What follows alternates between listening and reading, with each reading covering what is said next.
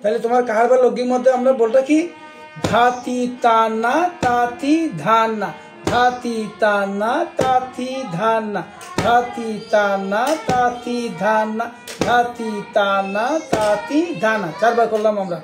তো প্রথম আমরা তোলার জন্য কি করব, ধাতি টানাটা এটা দেখো 100 বার করবো। তাহলে কি ধাতি, ধা দেখো ধা সামনের দিকে, বায়াটা সামনে যাচ্ছে এরকম, ধাতি টানা না মধ্যে একটা বায়া লাগাইতে হবে, এই না এভাবে, ধাতি টানা 2, ধাতি টানা 3, ধাতি টানা 4, এভাবে 100 বার।